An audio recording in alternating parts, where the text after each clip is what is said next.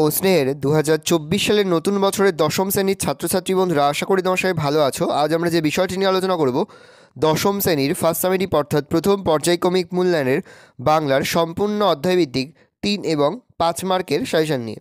দেখে নাও, প্রথম বিষয় তোমাদের রয়েছে আশাপূর্ণা দেবীর লেখা জ্ঞানচক্ষু। এখান থেকে যে প্রশ্নগুলো তোমরা পড়বে 3 মার্কের জন্য, প্রথম, তপন অবশ্য মাসির এই হইচইতে মনে মনে পুলকিত হয়। তপন পুলকিত হওয়ার কারণ কি? প্রশ্ন, বিকালে চায়ের টেবিলে ওঠে কথাটা, কোন কথাটা উঠেছিল? প্রশ্ন, তপন কৃতার্থ হয়ে বসে বসে দিন গোনে। তপন কৃতার্থ হয়েছিল কেন? প্রশ্ন, ছোট মাসি ভালো হবে না বলছি, কার উক্তি এই হুমকির কারণ কি? প্রশ্ন, কিন্তু তাই কি সম্ভব নয় বলে বক্তার মনে হয়েছে? প্রশ্ন, আমাদের থাকলে আমরাও চেষ্টা করে দেখতাম।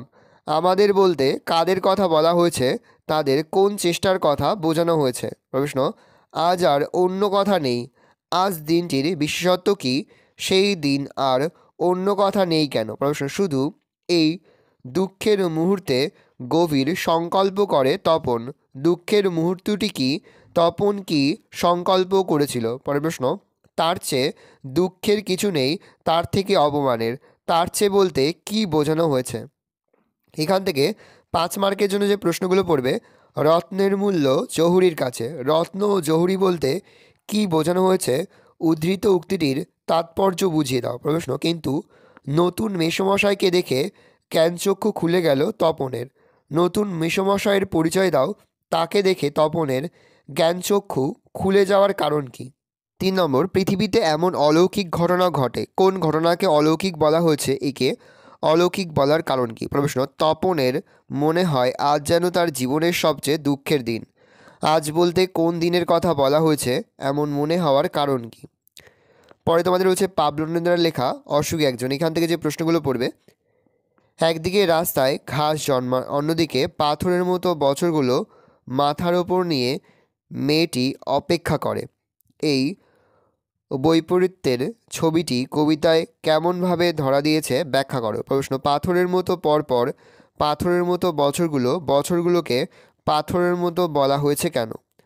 পরের প্রশ্ন, সেখানে ছড়িয়ে রইল কাঠ কয়লা বলতে কবি কি বুঝিয়েছেন? প্রশ্ন, শান্ত হলুদ দেবতাদের শান্ত হলুদ বলা হয়েছে কেন? তাদের কি পরিণতি হয়েছিল?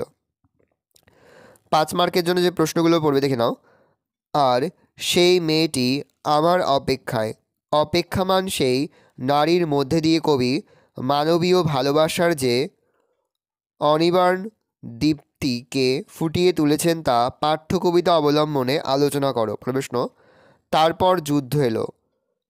এটা পাঠ্য হবে। পাঠ্য কবিতায় কবি যুদ্ধের যে আশ্চর্য করুণ ও মর্মস্পর্শী ছবি এঁকেছেন তা নিজের ভাষায় লেখো। প্রশ্ন, যেখানে ছিল শহর, সেখানে শব্দটি প্রয়োগ করার কারণ কি? শহরটির কি হয়েছিল? পরের বিষয়ে তোমাদের রয়েছে শঙ্খ ঘোষের লেখা আয় আরও বেঁধে বেঁধে থাকি। এখান থেকে যে প্রশ্নগুলো পড়বে 3 মার্কের জন্য, আমাদের ঘর উড়ে গেছে, উদ্ধৃত অংশটির তাৎপর্য ব্যাখ্যা করো। আয় আরও বেঁধে বেঁধে থাকি, এ আমন্ত্রণ কেন? আমাদের পথ নেই বলার কারণ কি? পৃথিবী হয়তো গেছে মরে, এমন সংশয়ের কারণ কি? 5 মার্কের জন্য যে প্রশ্নগুলো পড়বে, আমাদের পথ নেই কোনো, কবি কোন পরিস্থিতিতে পথ নেই কোনো বলেছেন এবং এখান থেকে কোন পদ খুঁজে পেয়েছেন কবিতা অবলম্বনে আলোচনা করো। 2 নম্বর, আমাদের ইতিহাস নেই অথবা এমনও ইতিহাস। ইতিহাস বলতে কি বোঝো? কবি আমাদের ইতিহাস নেই বলে সংশয় প্রকাশ করেছেন কেন? আমাদের শিশুদের সব স্মরণ রয়েছে কাছে দূরে, কার কোন কবিতার অংশ?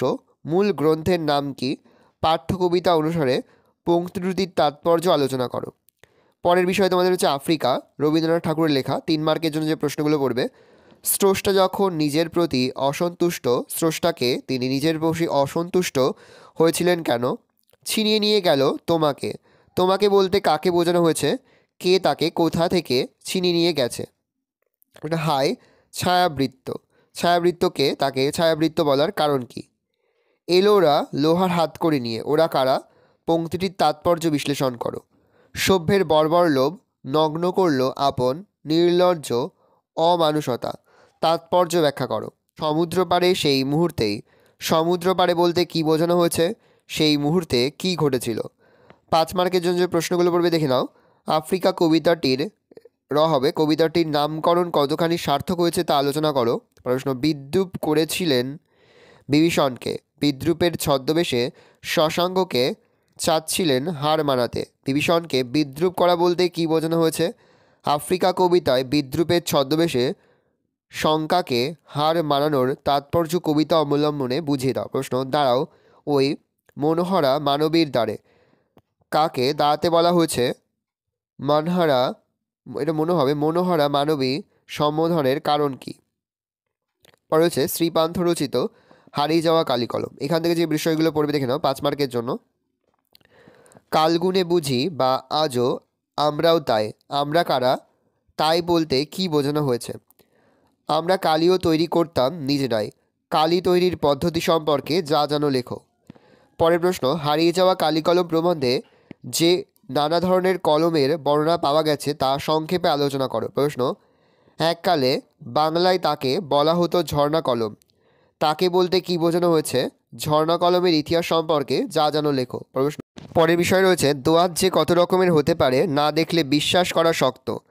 হারিয়ে যাওয়া কালিকলম প্রবন্ধে লেখক শ্রীপান্থ কালীর দোয়াতের যে বৈচিত্র্যের কথা লিখেছেন তা আলোচনা করো। প্রশ্ন, ফলে আমার মতো আর কেউ নিশ্চয় বিপন্ন বোধ করছেন। আমার মতো আর কেউ বলতে কাদের কথা বলা হয়েছে, তারা বিপন্ন বোধ করছেন কেন? প্রশ্ন, মোগল দরবারে একদিন তাদের কত খাতির কত না সম্মান। তাদের বলতে কাদের কথা বলা হয়েছে, তাদের খাতির ও সম্মানের পরিচয় দাও। প্রশ্ন, কলমকে বলা হয় তলোয়ার চেয়েও শক্তিধর। বিষয়টি পরিস্ফুট করো। এমন বলার কারণ কি বলে তোমার মনে হয়? সুতরাং যখন দেখি এত পরিবর্তনের মধ্যে কেউ কলম আঁকড়ে পড়ে আছেন তখন বেশ ভালো লাগে। কোন পরিবর্তনের কথা বলা হয়েছে? কলম আঁকড়ে পড়ে থাকার কয়েকটি নিদর্শন প্রবন্ধ অনুসারে লেখো। ভালো করে দেখি নাও। এই রয়েছে টোটাল তোমাদের ফার্স্ট সামেটিভ অর্থাৎ প্রথম পর্যায়ক্রমিক মূল্যায়নের সম্পূর্ণ অধ্যায়ভিত্তিক সাজেশন। ভালো করে দেখে নাও। আজ আমরা যে প্রশ্ন উত্তরগুলি নিয়ে আলোচনা করলাম, প্রতিটি প্রশ্নই কিন্তু এবছরের পরীক্ষার জন্য খুবই গুরুত্বপূর্ণ, সেহেতু প্রতিটি প্রশ্নই কিন্তু খুব ভালো করে তোমরা মুখস্থ করে ফেলবে। আশা করি ভিডিওটা ভালো লেগেছে। ভিডিওটা ভালো লাগলে ভিডিওকে লাইক করতে একদমই ভুলবে না। আর আমার চ্যানেল নতুন হওয়া লাল কালার সাবস্ক্রাইব প্রেস করে পাশে বেল আইকন প্রেস করো, যখন নতুন কোনো ভিডিও আপলোড করি সবার ফার্স্ট নোটিফিকেশন তোমরা পেয়ে যাও। আর এই ভিডিওটি তোমার বন্ধু বান্ধবী আত্মীয় স্বজন সবার মধ্যে কিন্তু অনেক অনেক শেয়ার করে দাও যারা এবছর দশম শ্রেণীতে পড়ছে।